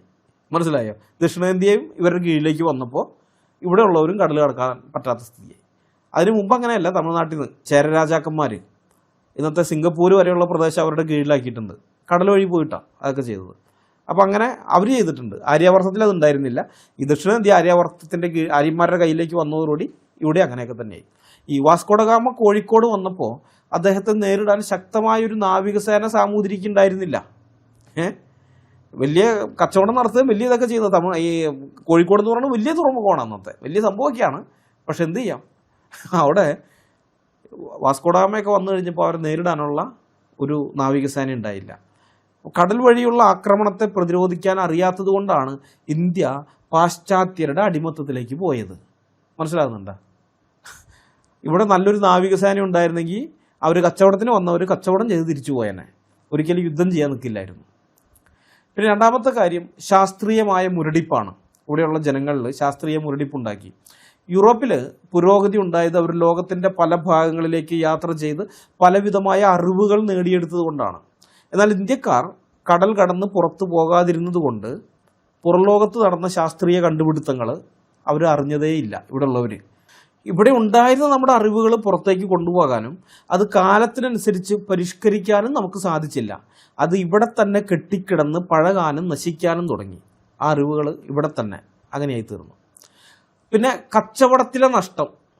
ഇന്ത്യ സുഗന്ധവ്യഞ്ജനങ്ങളുടെ നാടായിരുന്നിട്ടും അതിൻ്റെ കച്ചവടം നിയന്ത്രിച്ചിരുന്നത് ആദ്യം അറബികളും പിന്നീട് യൂറോപ്യന്മാരുമായിരുന്നു. പിന്നെ ചൈനക്കാർ അധികം ഇല്ല, എന്നാലും ചൈനക്കാരും കച്ചവടക്കാരായിട്ട് വന്നിരുന്നു. പക്ഷേ പ്രധാനമായിട്ട് ഇവിടെ നിന്നുള്ള കച്ചവടം നിയന്ത്രിച്ചിരുന്നത് അറബികളായിരുന്നു. പിന്നീട് അത് യൂറോപ്യന്മാരുടെ നിയന്ത്രണത്തിലേക്കും പോയി. നമ്മൾ വെറും ഉൽപ്പാദകർ മാത്രമായിട്ട് ചുരുങ്ങി. ഇവിടെ ഉണ്ടായിരുന്ന നമ്മൾ, അല്ലെങ്കിൽ ഈ ഇന്ത്യയിലുള്ള ജനം ഉൽപ്പാദകർ മാത്രമാണ്, ഒരു ഉൽപ്പാദകർ, കർഷകർ മാത്രമായിട്ട് ചുരുങ്ങി. ഇപ്പോൾ നമുക്കറിയാം ഈ കർഷകർക്ക് കേരളത്തിലല്ല, കേരളത്തിൽ കർഷകരില്ല എന്ന് തന്നെ പറയാം. ഞാൻ പറഞ്ഞത് തമിഴ്നാട്ടിലോ കർണാടകയിലോ അല്ലെങ്കിൽ ഉത്തർപ്രദേശിലോ ഉത്തരേന്ത്യയിൽ അവിടെയൊക്കെ നോക്കിക്കഴിഞ്ഞാൽ ഈ കർഷകർക്കൊന്നും കിട്ടുന്നില്ല. അവർ കഷ്ടപ്പെടുന്നു, പണിയെടുക്കുന്നു, ഒക്കെ ചെയ്യുന്നുണ്ട്, പക്ഷെ ഒന്നും കിട്ടുന്നില്ല. പലപ്പോഴും അവർ പ്രതിഷേധ സൂചകമായിട്ട്, കാരണം ഈ തക്കാളിയും മറ്റുമൊക്കെ 50 പൈസ കിലോയ്ക്ക്, 50 പൈസ 75 പൈസയ്ക്കാണ് അവർക്ക് കിട്ടുന്നത്. ആ ലെവലാകുമ്പോൾ അവർ വേണ്ടാന്ന് പറഞ്ഞത് റോട്ടിൽ വെറുതെ കൊണ്ട് കളയുന്നു, അങ്ങനെയൊക്കെയുള്ള പരിപാടിയൊക്കെ നടത്തും. ചിലപ്പോൾ പാല് അതേപോലെ തന്നെ ഒഴിച്ചു കളയുന്ന പ്രതിഷേധമൊക്കെ നമ്മൾ കാണുന്നുണ്ട്. അത് കർഷകർക്ക് എപ്പോഴും വളരെ തുച്ഛമായ വിലയെ കിട്ടുള്ളൂ. എപ്പോഴും ലാഭം കിട്ടുന്നത് ഇടനിലക്കാർക്കാണ്. അപ്പോൾ കടൽ കടന്നുപോയി സാധനങ്ങൾ വിൽക്കാൻ അനുവാദം ഉണ്ടായിരുന്നെങ്കിൽ, അല്ലെങ്കിൽ അങ്ങനെ വിൽക്കാൻ പറ്റുമായിരുന്നെങ്കിൽ, ഇവിടെ ഉള്ളവർക്ക് ലഭിക്കുമായിരുന്ന വമ്പൻ ലാഭം ഇടനിലക്കാരായ വിദേശികൾ കൊണ്ടുപോയി. അറബികളും ചൈനക്കാരും യൂറോപ്യന്മാരും കൊണ്ടുപോയി. അത് ഇവിടെയുള്ള ജനങ്ങൾക്ക് കിട്ടേണ്ടതാണ്. അങ്ങനെ കിട്ടിയിരുന്നെങ്കിൽ ഇവിടെ പണിയെടുക്കുന്നവന് അതനുസരിച്ച് കുറച്ചും കൂടി, കാരണം ഈ മുതലാളിക്ക് പണം കിട്ടുന്നതാണ്, ലാഭം കിട്ടുന്ന പരിപാടിയാണല്ലോ. അപ്പോൾ അവൻ പണിയെടുക്കാനുണ്ടായെങ്കിലേ എനിക്ക് ലാഭം കിട്ടുള്ളൂ. അപ്പോൾ അവനെ വലിയ ബുദ്ധിമുട്ടിക്കാതെ നോക്കണം. അപ്പോൾ അവൻ എന്തെങ്കിലും കുറച്ച് കൊടുക്കും. ഇതൊന്നും ഉണ്ടായില്ല ഇവിടെ. അവരുടെയൊക്കെ അവസ്ഥ മഹാദയനീയമായിരുന്നു, പാടത്ത് പണിയെടുക്കുന്നവരെ. പിന്നെ ഈ ജാതി വ്യവസ്ഥ എന്ന് പറഞ്ഞ് ഈ ഒരു സംഭവം ഉണ്ടായിരുന്നുകൊണ്ട് ഗീതയിൽ കൃഷ്ണൻ പറഞ്ഞു വെച്ചിട്ടുണ്ടല്ലോ, ഫലം ഇച്ഛിക്കാതെ കർമ്മം ചെയ്യുക. അതിന് ഫലം കിട്ടുമെന്ന് വിചാരിക്കേണ്ട, നീ പണിയെടുത്താൽ മതി. ഈ കാര്യം പറഞ്ഞ് ഈ നാട്ടുകാരെ പറ്റിക്കുകയായിരുന്നു. ഈ പാവപ്പെട്ട ആൾക്കാരെ കൊണ്ട് നിനക്ക് കൂലി കിട്ടുന്നതിനെ പറ്റി നീ ചിന്തിക്കേണ്ട, നീ പണിയെടുത്താൽ മതി, നിന്റെ കർമ്മം അതാണ്, നിന്റെ കുലധർമ്മം അതാണ്, നീ പണിയെടുക്ക്, പാടത്തിറങ്ങി പണിയെടുക്ക്, പണിയെടുപ്പിക്കൽ. ഇത് അങ്ങനത്തെ പരിപാടിയൊക്കെയായിരുന്നു അവിടെ ഉണ്ടായിരുന്നത്. പിന്നെ കടൽ കടക്കാൻ പറ്റാതിരുന്നുണ്ടായ അടുത്ത നഷ്ടം സാമൂഹിക പരിഷ്കരണങ്ങളുടെ അഭാവമാണ്. യാത്രകൾ മനുഷ്യനെ വിശാലമനസ്കനാക്കും. പുറം ലോകത്ത് മനുഷ്യർ ജാതിയില്ലാതെയും വിവേചനമില്ലാതെയും ജീവിക്കുന്നത് കാണാനുള്ള അവസരം ഇവിടെയുള്ള മനുഷ്യർക്ക് നഷ്ടമായി. പുറം ലോകത്ത് പോയാലേ അതൊക്കെ അറിയാൻ പറ്റുകയുള്ളൂ. അത് കാണാനുള്ള സാഹചര്യം ഉണ്ടായില്ല അവർക്ക്. ഇംഗ്ലണ്ടിലും ഫ്രാൻസിലും നടന്ന ജനാധിപത്യ വിപ്ലവങ്ങളെക്കുറിച്ച് അറിയാതെ ജാതിയും അയിത്തവും കെട്ടിപ്പിടിച്ച് നൂറ്റാണ്ടുകളോളം ഇരുട്ടിലിരിക്കാൻ ഈ യാത്രാ നിരോധനം കാരണമായി. പിന്നീട് നെഹ്റുവും അംബേദ്കറും മറ്റും കടൽ കടന്നുപോയി പഠിച്ചതുകൊണ്ടാണ് ഇന്ത്യയിൽ ചെറുതായിട്ടെങ്കിലും നവോത്ഥാന ചിന്തകൾ എത്തിയത്. നെഹ്റു അംബേദ്കറും മാത്രമല്ല ഞാൻ പറഞ്ഞത്, അവരെ പോലെയുള്ള ആൾക്കാർ, അവർ ഈ 20-ാം നൂറ്റാണ്ടിൽ കടൽ കടന്നുപോയി പഠിച്ച് അവർ ലോകം കണ്ടു. ഇങ്ങനെയൊക്കെയാണ് ലോകത്ത് നടക്കുന്നത് എന്നൊക്കെയുള്ള കാര്യങ്ങളൊക്കെ മനസ്സിലാക്കി കഴിഞ്ഞിട്ട് തിരിച്ച് നാട്ടിൽ വന്നു കഴിഞ്ഞപ്പോൾ അതിനെക്കുറിച്ച് എഴുതാനും പ്രസംഗിക്കാനും ഈ ലെവലിൽ നമ്മൾ മാറണം എന്ന് ജനങ്ങളെ ഉദ്ബോധിപ്പിക്കാനൊക്കെ തുടങ്ങിയതിൻ്റെയൊക്കെ അനന്തരഫലമാണ് ഈ മാറ്റം ഉണ്ടായത്. അതായത് ചുരുക്കി പറഞ്ഞ ഇത്രയേ ഉള്ളൂ, യാത്രകൾ മനുഷ്യനെ വളർത്തും, എല്ലാം കൊണ്ടും അവനെ വളർത്തും. എന്നാൽ കടൽ കടന്നാൽ അശുദ്ധനാകുമെന്ന ആർഷഭാരത നിയമം ഇന്ത്യക്കാരെ വളർച്ചയില്ലാത്ത, പുറം ലോകവുമായി ബന്ധമില്ലാത്ത ഒരു ജനതയാക്കി മാറ്റി. പുറം ലോകം കുതിച്ചു പായുമ്പോൾ നമ്മൾ പഴയ ആചാരങ്ങളുടെ തടവറയിൽ കുടുങ്ങിപ്പോയതിന് പ്രധാന കാരണം ഈ യാത്രാ നിരോധനമായിരുന്നു എന്ന് നമ്മൾ അറിയണം. മനസ്സിലായോ? നിങ്ങളൊന്ന് ചിന്തിക്കുക. നമ്മുടെ അടുത്തുള്ള പ്രദേശമാണ് ചൈന, ഇന്ത്യയുടെ അടുത്തുള്ളതാണല്ലോ. ഈ ചൈനക്കാർ വെടിമരുന്ന് കണ്ടുപിടിച്ചു. ഈ വെടിമരുന്ന് ഇന്ത്യക്കാർക്ക് അറിയില്ല, ഇന്ത്യയിൽ എത്തിയില്ല. പക്ഷേ യൂറോപ്പിൽ ഉള്ളവന് കിട്ടി. യൂറോപ്പിലുള്ളവൻ യാത്ര ചെയ്യുന്നതുകൊണ്ട് അവൻ ചൈനയിൽ ചെന്ന് കഴിഞ്ഞിട്ട് അവിടുന്ന് വെടിമരുന്ന് കിട്ടി. അതിൻ്റെ ഫോർമുല അവന് മനസ്സിലായി. അവൻ്റെ നാട്ടിൽ അവൻ വെടിമരുന്ന് ഉൽപ്പാദിപ്പിക്കാൻ തുടങ്ങി. എന്നിട്ട് അവൻ ഇവിടേക്ക് ഇന്ത്യയിലേക്ക് വരുന്ന സമയത്ത് അവൻ്റെ കപ്പലിൽ തോക്കുമുണ്ട്, പീരങ്കിയുമുണ്ട്, വെടിമരുന്നൊക്കെ കൊണ്ടാവും വരുന്നത്. അതുകൊണ്ടാണ് നമ്മൾ കീഴടങ്ങേണ്ടി വന്നത് ഇവിടെയുള്ളവർ. ഇത് തൊട്ട രാജ്യത്ത് കിടക്കുന്ന അവർ കണ്ടുപിടിച്ച സാധനമാണ്. എത്രയോ കാതമകലെ അല്ലെങ്കിൽ മൈലുകൾക്ക്, ആയിരക്കണക്കിന് 10,000-കണക്കിന് മൈൽ അപ്പുറത്ത് കിടക്കുന്നവൻ ഇവിടെ വന്നത് എടുത്തുകൊണ്ട് പോയി, പഠിച്ചുകൊണ്ട് പോയി. നമ്മൾ പോയില്ല, നമ്മൾക്ക് കിട്ടിയില്ല. അപ്പോൾ ഈ ആചാരങ്ങളെല്ലാം കേവലം കാലഘട്ടത്തിൻ്റെ തിന്മകൾ മാത്രമായിരുന്നില്ല. അങ്ങനെ പറഞ്ഞതിനെ ലഘൂകരിക്കരുത്. ഇതൊക്കെ ആ കാലഘട്ടത്തിലെ ഇതൊക്കെ ആയിരുന്നു എന്നും പറഞ്ഞ് ലഘൂകരിക്കരുത്. മറിച്ച് അതായിരുന്നു അന്നത്തെ സംസ്കാരത്തിൻ്റെ അടിസ്ഥാന ശിലകൾ തന്നെ. മനസ്സിലായോ? ഈ ആർഷ സംസ്കാരം എന്ന് പറയുന്നത് അത് പണിതുയർത്തിയത് തന്നെ ഇത്തരം ഈ ആചാരങ്ങളിലായിരുന്നു, അല്ലെങ്കിൽ ഓരോരോ നിയമങ്ങളിലായിരുന്നു. അല്ലാണ്ട് അത് കേവലം കാലഘട്ടത്തിൻ്റെ തിന്മ എന്ന് പറഞ്ഞ് ഒഴിവാക്കാൻ പറ്റുന്നതല്ല. സുബോധമുള്ള മനുഷ്യർ ഈ വ്യവസ്ഥിതി ഇന്നും നിലനിൽക്കണം എന്ന് പറയുമോ? അല്ലെങ്കിൽ ഈ വ്യവസ്ഥിതി ഇനി മടങ്ങി വരണം എന്ന് പറയുമോ? ആരെങ്കിലും പറയോ? അതോ ഈ വ്യവസ്ഥിതിയെ തകർത്ത് കളഞ്ഞവരോട് നന്ദി പറയുമോ? നിങ്ങൾ സ്വയം ചിന്തിച്ച് ഉത്തരം കണ്ടെത്തിയാൽ മതി. ഇതൊക്കെയായിരുന്നു ഇവിടുത്തെ സ്ഥിതി. ഇതിനെയാണ് ഒരു മഹത്തായ സംസ്കാരം എന്ന് പറയുന്നത്. ഇതിനെ തകർത്ത് കളഞ്ഞ ആൾക്കാരോട് നന്ദിയല്ല ശരിക്കും നമുക്കുണ്ടാകേണ്ടത്. കാരണം അത് തകർത്ത് കളഞ്ഞത് കൊണ്ടല്ലേ നമ്മൾ ആ കെട്ടുപാടിൽ നിന്ന് മോചിതരായി മുന്നോട്ട് പോയത്, അല്ലേ? നിങ്ങൾ സ്വയം ചിന്തിക്കുക. ഈ ക്രിസ്ത്യൻ മിഷണറിമാരെ തെറി വിളിക്കാൻ നടക്കുന്ന സകല സംഘി കുഞ്ഞുങ്ങളോടും പറയാണ്, നിങ്ങൾക്ക് ചിന്താശേഷി ഉണ്ടെങ്കിൽ, തലച്ചോറ് ശാഖയിൽ പണയപ്പെടുത്തിയിട്ടില്ലെങ്കിൽ സ്വയം ഒന്ന് ചിന്തിച്ചു നോക്ക് കേട്ടോ. ക്രിസ്ത്യൻ മിഷണറിമാർക്കെതിരെ നിങ്ങൾ ഉന്നയിക്കുന്ന ഈ ആരോപണങ്ങളിലൊന്നും യാതൊരു കഴമ്പുമില്ല. ഹിന്ദുത്വവാദികൾ മിഷണറിമാരെ എതിർക്കുന്നത് മതപരിവർത്തനം നടത്തുന്നു എന്നുള്ള ഒറ്റ കാരണം കൊണ്ടല്ല, അല്ലെങ്കിൽ നടത്തി എന്നുള്ള ഒറ്റ കാരണം കൊണ്ടല്ല. അവർ മതപരിവർത്തനമല്ല നടത്തിയത്. അവരിവിടെ സുവിശേഷം അറിയിക്കുകയും ജനങ്ങളെ ക്രിസ്തുവിലേക്ക് നടത്തുകയും ചെയ്തു. പിന്നീട് ഇവിടെ കണ്ട അനാചാരങ്ങൾക്കെതിരെ അവർ സംസാരിക്കുകയും ശബ്ദമുയർത്തുകയും അത് മാറ്റാനുള്ള വഴികൾ നോക്കുകയും ചെയ്തു. അതാണ് അവർ ചെയ്തത്. അല്ലാണ്ട് മതപരിവർത്തനം എന്ന് പറഞ്ഞ് ചുരുക്കി കാണില്ല. അവരോടുള്ള എതിർപ്പിൻ്റെ കാരണം വേറെയാണ്. ശരിക്കും സംഘികൾക്കൊക്കെ മിഷണറിമാരോടുള്ള എതിർപ്പിൻ്റെ കാരണം യഥാർത്ഥത്തിൽ വേറെയാണ്. സംഘി എന്ന് പറഞ്ഞാൽ സാധാരണ സംഘികളല്ല ഞാൻ പറയുന്നത്, നേതാക്കന്മാർ, ഇവരെ ടോപ്പിലിരിക്കുന്നവർക്ക്. ഈ നൂറ്റാണ്ടുകളായി അവർണരെ മൃഗങ്ങളെക്കാൾ മോശമായി കണ്ടിരുന്ന ഒരു സംസ്കാരത്തിലേക്ക് കടന്നു വന്നിട്ട് നിങ്ങളും മനുഷ്യരാണ് എന്ന ആ ഒരു സന്ദേശം അവരോട് മിഷണറിമാർ പറഞ്ഞു. നിങ്ങൾ മനുഷ്യരാണ്, മൃഗങ്ങളെപ്പോലെ ജീവിച്ച് മരിക്കേണ്ടവരല്ല, നിങ്ങൾ മനുഷ്യരെ പോലെ ജീവിക്കേണ്ടവരാണ് എന്ന് പറഞ്ഞ് അവരെ തല ഉയർത്തി നിൽക്കാൻ പ്രേരിപ്പിച്ചു. അതാണ് ഈ മിഷണറിമാരോട് ഇവർക്കുള്ള എതിർപ്പിൻ്റെ പ്രധാന കാരണം, അല്ലെങ്കിൽ യഥാർത്ഥ കാരണം. ഞാൻ ചോദിക്കട്ടെ, ഇത്രമാത്രം എതിർക്കപ്പെടാൻ മിഷണറിമാർ എന്ത് തെറ്റാണ് ചെയ്തത്? എന്ത് തെറ്റാണ് ചെയ്തത്? സർക്കാർ സ്കൂളുകൾ എന്ന സംവിധാനം പോലും ഇല്ലാതിരുന്ന കാലത്ത് ഇവിടെ സ്കൂളുകൾ സ്ഥാപിച്ചതാണോ മിഷണറിമാർ ചെയ്ത തെറ്റ്? ഇനി സർക്കാർ സ്കൂളുകൾ നിലവിൽ വന്നപ്പോൾ അവിടങ്ങളിൽ അവർണ വിദ്യാർത്ഥികൾക്ക് പ്രവേശനം നിഷേധിക്കപ്പെട്ട കാലത്ത് മിഷണറിമാർ അവർണർക്കായി സ്കൂളുകൾ തുറന്നതാണോ അവർ ചെയ്ത തെറ്റ്? എല്ലാവർക്കും വിദ്യാഭ്യാസം കൊടുത്തത് മാത്രമല്ല, പുലയനെയും പറയനെയും നായാടിയെയും നായരെയും നമ്പൂതിരിയെയും ഒരേ ബെഞ്ചിലിരുത്തി മിഷണറിമാർ പഠിപ്പിച്ചത് ആർഷഭാരത സംസ്കാരത്തിന് താങ്ങാവുന്നതിലപ്പുറമായിരുന്നു. വിദ്യാഭ്യാസം കൊടുത്തത് തന്നെ അവർക്ക് ബുദ്ധിമുട്ടാണ്. ഇത്രയും നാളും അറിവ് കുത്തിയാക്കി വെച്ചവർക്ക് അത് ബുദ്ധിമുട്ടായിരുന്നു. ആ വിദ്യാഭ്യാസം കൊടുത്തത് മാത്രമല്ല, ഇത്ര അടി ദൂരെ നിൽക്കണമെന്നും പറഞ്ഞുകൊണ്ട് വ്യവസ്ഥയൊക്കെ ഉണ്ടാക്കി വെച്ചിരുന്നു. അതൊക്കെ മിഷണറിമാർ മാറ്റി എല്ലാ പിള്ളേരും ഒരുമിച്ചിരുത്തി പഠിപ്പിക്കാൻ തുടങ്ങി. അതൊക്കെ ഇവർക്ക് ഭയങ്കര ബുദ്ധിമുട്ടുണ്ടാക്കിയതാണ്. പെൺകുട്ടികൾക്ക് വിദ്യാഭ്യാസം നൽകിയാൽ ഭർത്താവ് മരിച്ചു പോകും എന്ന അന്ധവിശ്വാസം നിലനിന്നിരുന്ന ഈ നാട്ടിൽ മിഷണറിമാർ പെൺപള്ളിക്കൂടങ്ങൾ തുടങ്ങിയതാണോ, ഗേൾസ് സ്കൂളുകൾ തുടങ്ങിയതാണോ അവരെ എതിർക്കാനുള്ള കാരണം? അതോ അടിമകൾക്ക് വിദ്യാഭ്യാസം കൊടുക്കാൻ വേണ്ടി അടിമ സ്കൂളുകൾ, സ്ലേവ് സ്കൂളുകൾ, അങ്ങനെയുള്ള അടിമ സ്കൂളുകൾ തുറന്നതാണോ മിഷണറിമാർ ചെയ്ത തെറ്റ്? ആണോ? അസുഖങ്ങൾ വന്നാൽ മന്ത്രവാദവും പൂജയും മാത്രം ശരണമായിരുന്നിടത്ത് ആശുപത്രികളും മരുന്നുകളും കൊണ്ടുവന്ന് ഇവിടെയുള്ളവരുടെ രോഗങ്ങൾ ചികിത്സിച്ച് ഭേദമാക്കിയതാണോ മിഷണറിമാരോടുള്ള നിങ്ങളുടെ എതിർപ്പിന് കാരണം? അതാണോ? എന്താ കാരണം? എന്താന്ന് പറ. എതിർക്കുന്നുണ്ടല്ലോ ഏതും പറഞ്ഞിട്ട്, തകർത്തു തകർത്തു തകർത്തു എന്നും പറഞ്ഞിട്ട്. എന്താ തകർത്തത്? അതിനെപ്പറ്റി നിങ്ങൾ എന്തെങ്കിലും ചിന്തിച്ചിട്ടുണ്ടോ? അവരെ എതിർക്കുന്നത് എന്ത് കാരണം കൊണ്ടാ? ഡോക്ടർ പൽപുവിനെ പോലുള്ളവർക്ക് മെഡിക്കൽ വിദ്യാഭ്യാസം നിഷേധിക്കപ്പെട്ടപ്പോൾ വിദേശ സർവകലാശാലകളിൽ പോയി പഠിക്കാൻ അവസരം ലഭിച്ചത് പാശ്ചാത്യ വിദ്യാഭ്യാസത്തിൻ്റെ വാതിലുകൾ അവർക്ക് മുമ്പിൽ തുറന്നു കിടന്നതുകൊണ്ടാണ്. ആ വിദ്യാഭ്യാസത്തിൻ്റെ വാതിലുകളിലൂടെ തുറന്നത് ക്രിസ്ത്യൻ മിഷണറിമാരാണ്. മിഷണറിമാർ നൽകിയ ആത്മവിശ്വാസമാണ് അയ്യങ്കാളിയെയും ശ്രീനാരായണ ഗുരുവിനെയും പോലുള്ള നവോത്ഥാന നായകർക്ക് കരുത്തായത്.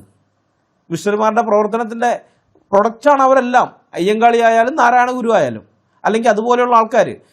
ഇനി എൻ്റെ ഈ പ്രസ്താവനയോട് എതിർപ്പുള്ള ആൾക്കാർ പറയണം, എന്തുകൊണ്ടാണ് മിഷണറിമാർ ഇന്ത്യയിൽ പ്രവർത്തനം ആരംഭിക്കുന്നതിന് മുൻപ് അധസ്ഥിത വർഗത്തിൽ നിന്ന് ഒരു അയ്യങ്കാളിയോ ഒരു നാരായണ ഗുരുവോ, കേരളത്തിൻ്റെ പശ്ചാത്തലത്തിൽ ഒരു കുമാരനാശാനോ ഒരു പൽപ്പുവോ, അല്ലെങ്കിൽ മൊത്തം ഇന്ത്യ എടുത്ത് നോക്കിക്കഴിഞ്ഞാൽ ഒരു അംബേദ്കറോ ഒരു ജ്യോതിറാവു ഫൂലെയോ ഒരു രട്ടാമലൈ ശ്രീനിവാസനോ ഒരു MC രാജയോ ഒരു സാവിത്രിബായി ഫൂലെയോ ഇതൊന്നും ഉണ്ടാവാതിരുന്നത് എന്തുകൊണ്ടാണ്?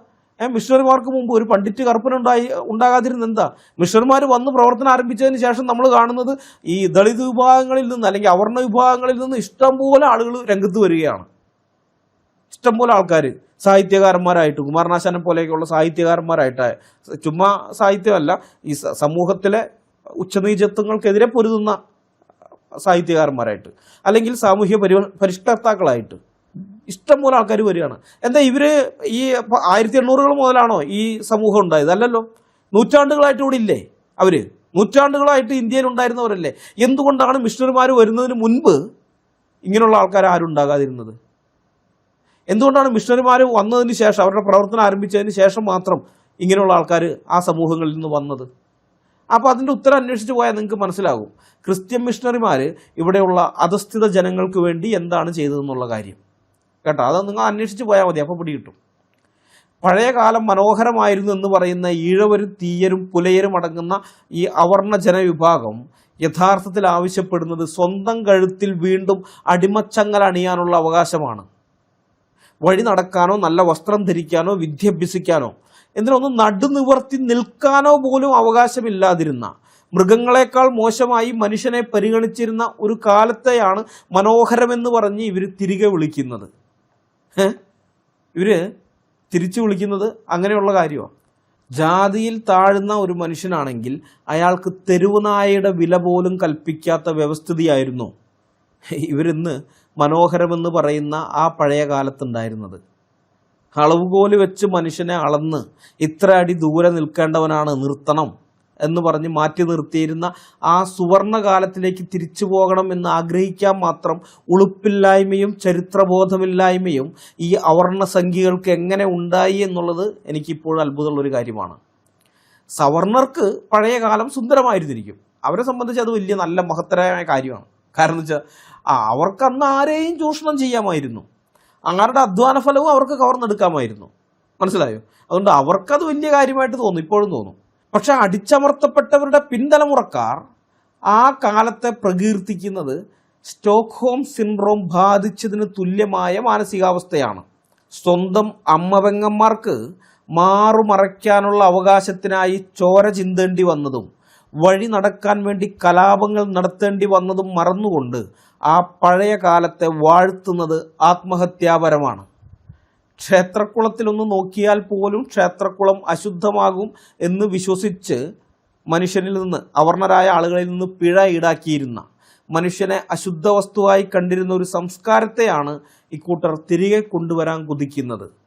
സ്വന്തം മുത്തച്ഛന്മാരെ, പിതാമഹന്മാരെ മാലിന്യം എന്ന് വിളിച്ചിരുന്നവരെ, ഞാൻ ഈ വാക്ക് വെറുതെ ഉപയോഗിച്ചതല്ല, ഇവൻ്റെയൊക്കെ പിൻതലമുറക്കാർ തങ്ങളുടെ അടുത്തേക്ക് വന്നാൽ, ഇത്ര അടി ദൂരം കഴിഞ്ഞിപ്പുറത്തേക്ക് വന്നാൽ ഞങ്ങളെ മലിനമാക്കും, അവൻ്റെ ആ സാന്നിധ്യം ഞങ്ങളെ മലിനമാക്കും.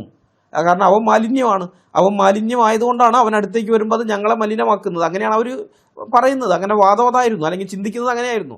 അതുകൊണ്ടാണ് ഞാൻ പറഞ്ഞത് മാലിന്യം എന്നുള്ളത്. ഇവരുടെയൊക്കെ മുത്തച്ഛന്മാരെ മാലിന്യം എന്ന് വിളിച്ചിരുന്നവരെ തന്നെ വീണ്ടും തലയിലേറ്റാൻ വെമ്പുന്ന ഈ അടിമത്ത മനോഭാവം ഉണ്ടല്ലോ, അത് വളരെ പരിതാപകരമാണ്. അവർണസംഖ്യകളുടെ കാര്യം ഓർക്കുമ്പോൾ സഹതാപം അല്ലാതെ വേറെ ഒന്നും തോന്നുന്നില്ല. സഹതാപം മാത്രമേ ഉള്ളൂ. അവർണസംഖ്യകളെ നിങ്ങൾ അറിയേണ്ട കാര്യമുണ്ട്. അവർണർക്കും ദളിതർക്കും ഇന്ന് ലഭിക്കുന്ന സ്വാതന്ത്ര്യവും അഭിമാനവും ഒരൊറ്റ ദിവസത്തെ ആകാശത്ത് നിന്ന് നിങ്ങൾ പൊട്ടി വീണതൊന്നുമല്ല. ക്രിസ്ത്യൻ മിഷണറിമാരും അവർക്ക് പുറകെ വന്ന സാമൂഹ്യ പരിഷ്കർത്താക്കളും നടത്തിയ സമാനതകളില്ലാത്ത പോരാട്ടങ്ങളുടെ ഫലമാണത്. പഴയ കാലമാണ് നല്ലത് എന്ന് പറയുന്നതിലൂടെ ഈ അവർണസംഖ്യകൾ റദ്ദാക്കുന്നത് ആ മഹാത്മാക്കളുടെ ത്യാഗത്തെയാണ്. അക്ഷരം പഠിക്കാനും ആഹാരം കഴിക്കാനും തല ഉയർത്തി നടക്കാനും അവസരം കിട്ടിയപ്പോൾ അത് നൽകിയവരെ തള്ളിപ്പറഞ്ഞ് വീണ്ടും പഴയകാലത്തെ ഇരുട്ടിലേക്ക് തിരിച്ചു നടക്കാൻ ആഗ്രഹിക്കുന്നത് കൊടിയ വഞ്ചനയാണ്. ചരിത്രം പഠിക്കാത്തവരുടെ മേൽ ചരിത്രം ആവർത്തിക്കുമെന്ന് ആരെങ്കിലും ഈ അവർണസംഖ്യകളെ ഓർമ്മിപ്പിക്കണം. കാരണം ഇവരാഗ്രഹിക്കുന്ന ആ പഴയ കാലം തിരികെ വന്നാൽ ഇന്നിവർ ആർക്ക് വേണ്ടിയാണോ ജയ് വിളിക്കുന്നത് അവർ ആദ്യം ഇവരുടെ വായ അടപ്പിക്കുകയും ഇവരെ തൊഴുത്തിൽ കെട്ടിയിടുകയും ചെയ്യുമെന്ന് ഇവരറിയുന്നില്ല. ഹിന്ദുമതത്തിൻ്റെ ആ തൊഴുത്തിൽ ഇവരെ കൊണ്ടുപോയി കെട്ടും. ഈ വീഡിയോ ഞാൻ ഇവിടെ അവസാനിപ്പിക്കുകയാണ്. അടുത്ത വീഡിയോയുമായി വരുന്നതുവരെ നമ്മളെല്ലാവരെയും കർത്താവായ യേശു ക്രിസ്തു കാത്തു സൂക്ഷിക്കുമാറാകട്ടെ. അവിടുത്തെ വിലയേറിയ നാമം മാത്രം എന്നും എന്നേക്കും വാഴ്ത്തപ്പെടട്ടെ. ആമേൻ.